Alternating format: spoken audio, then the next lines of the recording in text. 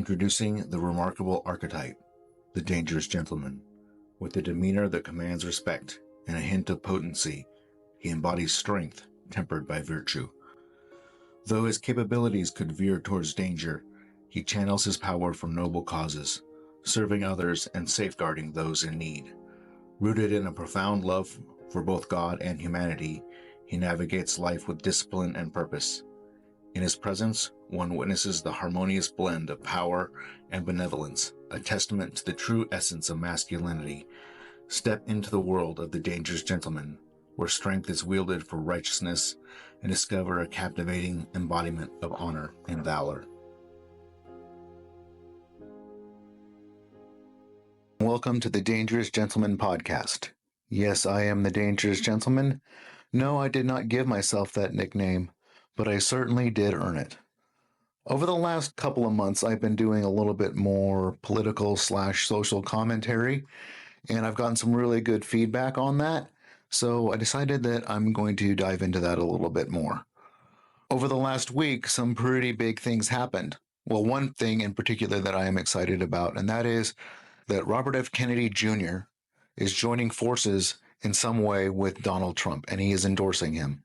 I think that's super cool, and I'm not going to get into a whole bunch of other stuff, but the fact that a lifelong Democrat, the closest thing we would have to Democrat royalty in this country, has split from the Democrat Party and is backing a Republican. Now that's pretty significant, especially when you consider what the Democrat Party has meant to this man over the course of his life and how much it probably actually took for him to, well, people say it's switching sides. But if you listen to how he's talked, and if you actually listened to how his father and his uncle talked, they were closer back then to what you would consider a Republican today than a Democrat today. Pro-free speech, anti-censorship, smaller government, right? That's used to be what the Democrat Party was all about. And now they are, let's go to war, let's back Ukraine, let's give the government more and more power, and let's tell people what they can and can't say. Now that's all a part of the puzzle, right? But that's not really what I came on to talk about today. So I've actually been a fan of Robert Kennedy since before it was cool to be a fan of Robert F. Kennedy. Now, this man, he has spoken at numerous chiropractic conferences, mainly because of his stance on vaccines. He knows more about vaccines than probably very many people know about much of anything. And he's been talking about it since before it was cool to talk about being anti-vax. There's a lot of people who over the course of the last 4 years, like it's become this thing that now they're anti-vax. Since the jab, since the COVID situation, and now it's become this stance to be anti-vax. Well, Robert Kennedy has been anti-vax since the 80s. And he's not just anti-COVID vax. If you listen to him, he's not anti-vax. He's pro-information. And there's a lot of stuff in the whole vaccine industry that is not upfront. It is not out in the open. It is not honest. They hold so much back. If you actually look at the insert of a vaccine and all of the potential side effects and all of the harmful things, and if you actually look at all the chemicals in them that they don't tell you about, that they don't read to you, that they don't even give you that information to read for yourself, they hold it all back because they don't want you to know the truth. And back in the 80s, they passed a law to prevent pharmaceutical companies from being held accountable for the side effects and the harmful effects of vaccines. They can be sued for any other drug. They can be sued for the effects of painkillers, heart medications. They can be held responsible for all of that stuff. But vaccines are exempt. They are immune from prosecution. And instead, they put into law that there's going to be a fund for people who have vaccine injuries and that the pharmaceutical companies cannot be held liable individually for what happens to people who have a bad consequence of vaccines. So there's this government fund. Out of the price of every vaccine, a certain amount goes into these funds. So the vaccine companies are not actually being held responsible, even though a portion of the price of every vaccine goes into this fund. All that happens is the pharmaceutical companies raise the price of the vaccine to cover the cost of them putting money into this fund. So they're getting away scot free. If you get a shot, you or your kid or anyone has a negative reaction to a vaccine, they are not held responsible. But if you take a Tylenol and get a stomach ache and you have to go to the hospital or something like that, then they can be held responsible for that. And then at the same time, these vaccine companies, they keep putting out more and more vaccines. The last I checked, it's 60 to 70 doses of vaccines that they want to give children by the time they are a certain age. There's no long-term studies about the effects of the vaccines. There's no long-term studies or even short-term studies about the effects of all the stuff they put into the vaccines. The negatives of these vaccines is not just like the vaccine part itself, but it's all the stuff they put into the vaccine so that it transfers into the bloodstream better. And so it is preserved better. They have mercury and they have these things called adjuvants. No one knows what these things cause long term. I'm not going to tell you that this is the absolute truth, but there's a lot of evidence that if you watch the rate of autism and asthma and allergies in this country from the date of the onset of vaccines to now, as you watch the number of vaccines that children get, the line goes up as they increase and they add more and more to it. And you watch the incidence of these chronic diseases, autism, ADHD, allergies, asthma, the big four childhood diseases, it follows along the same path. And there's plenty of evidence that I've heard about some of the ingredients of vaccines and the effect that they can have on people's nervous systems and their health for me to believe that there is a reasonable suspicion of correlation between the increase in vaccines and the increase of these childhood diseases.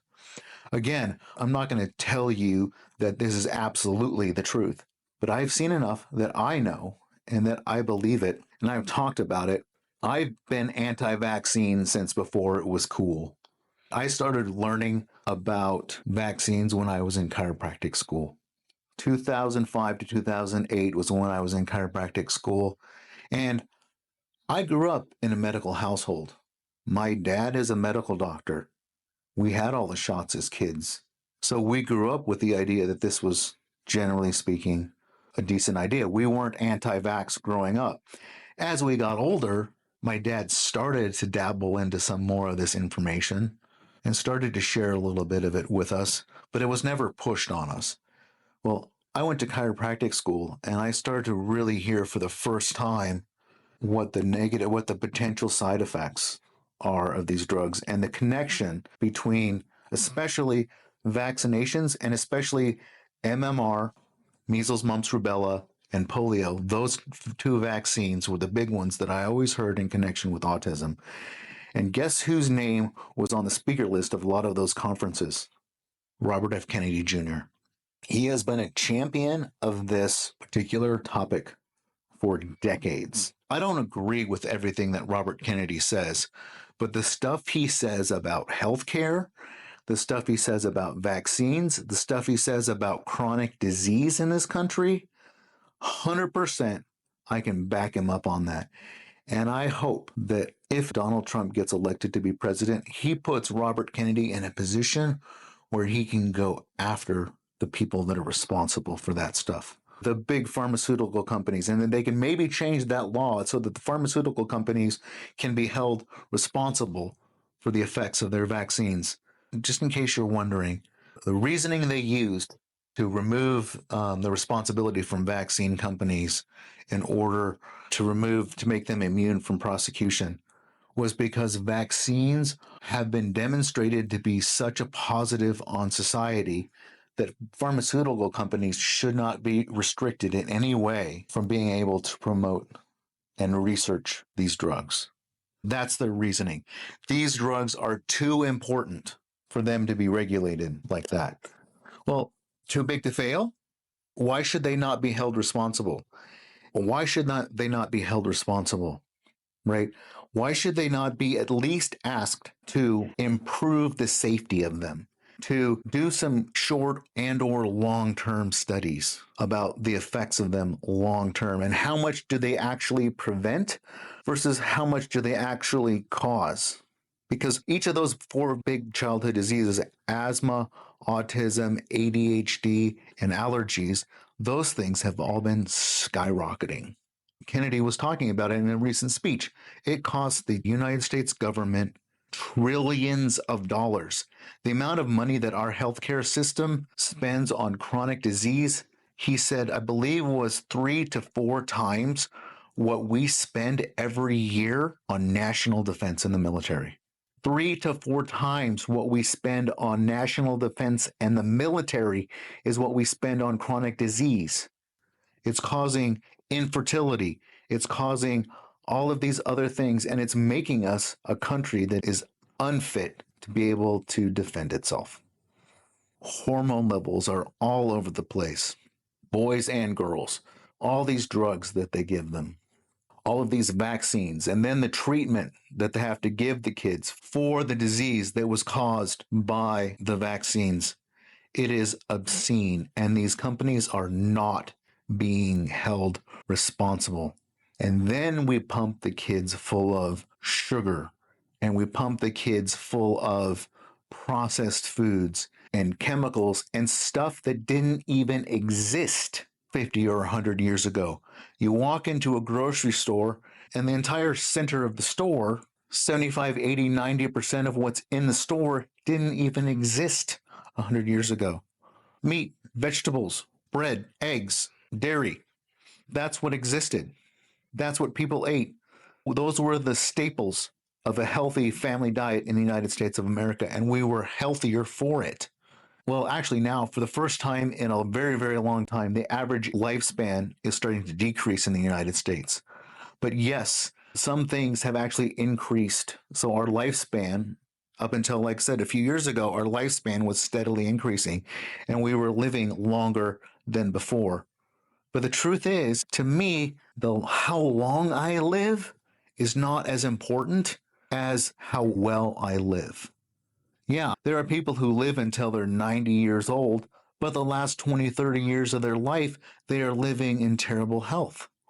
So if I had to choose between living to 90 years old and spending 20 years of it being unhealthy, in and out of hospitals, taking a bunch of medications, having one procedure, one test after another, and having little to no quality of life for 20 or 25 years, or I live a little shorter period of time maybe, but I am active and I am throwing my grandkids around and I am productive and happy and healthy up until that time, I would rather do that.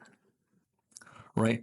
But the truth is that quote unquote ancient ways of eating meat, vegetables, fruit, straight dairy, without all the processes, without all the chemicals, without all the BS in it, when we ate that way, we lived longer periods of time and we lived healthier. We were healthy up until the end.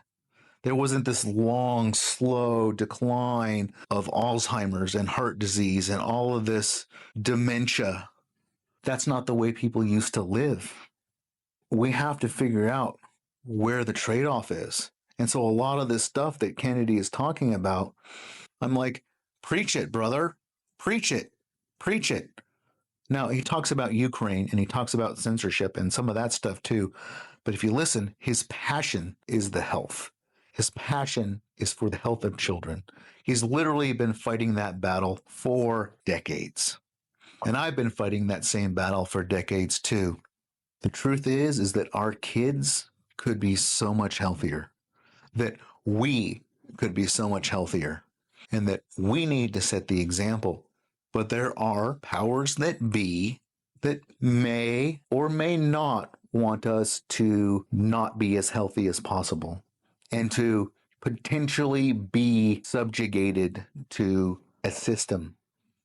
People, big pharmaceutical companies whose vested interest in is keeping us sick, in not actually curing us of our disease, because curing a disease in a few weeks or a few months doesn't make you as much money as treating that disease for a lifetime, years, decades.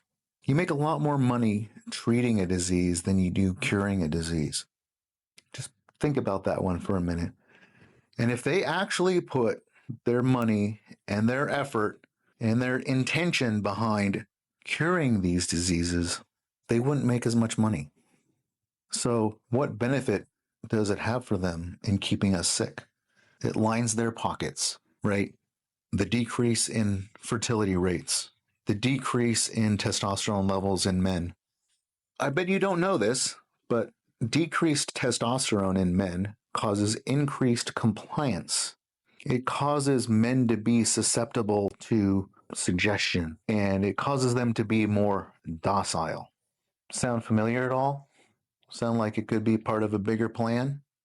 Again, I'm not going to tell you that it is, but I'm going to be going through some information over the course of the next couple of weeks. I've done lots and lots of research, hours and hours and hours of research, and read books and articles and listened to podcasts and done a lot of study into the history of how we have gotten here as far as our healthcare system, our food recommendations, and all of that stuff. I'm going to be dropping some information over the course of the next, couple of months. I'm going to do an episode here and there where I'm going to talk about how I've been able to trace some of this information directly back to about 1850, 1860s, and even a little bit before that. I'm going to present that information. And for me, it's a very linear, piece by piece by piece by piece. I can see it and I can trace it out in my brain. So I hope that as I'm able to lay out this information for you, you can see the step by step that has led us from where we were to where we are now. And so a lot of this has come into more public consciousness as Robert Kennedy has gained in popularity. And now as he has teamed up with Trump, even more of this stuff is coming into the light.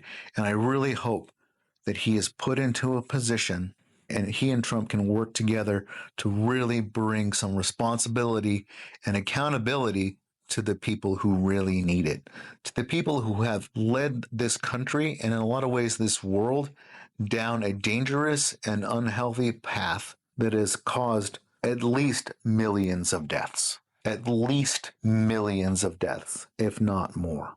And so I really hope that as more of this stuff comes out, that people start to listen. The truth is, if he really is able to do what he says he is, what Kennedy and Trump together, this makes it very dangerous. It puts them in a position where they're going to have some targets on them because there are people that don't want this to come out. There are people who don't want you to know this, but I'm going to do my best to get the information out there.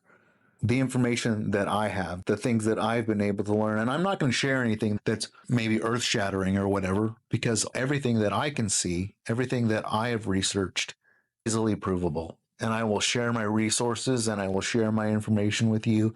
So if you doubt what I have to say, you can go and do the research yourself, because it is out there and it is shocking and it is wild. So again, I keep saying this, keep your eyes open, watch what they're telling you and watch what they're not telling you.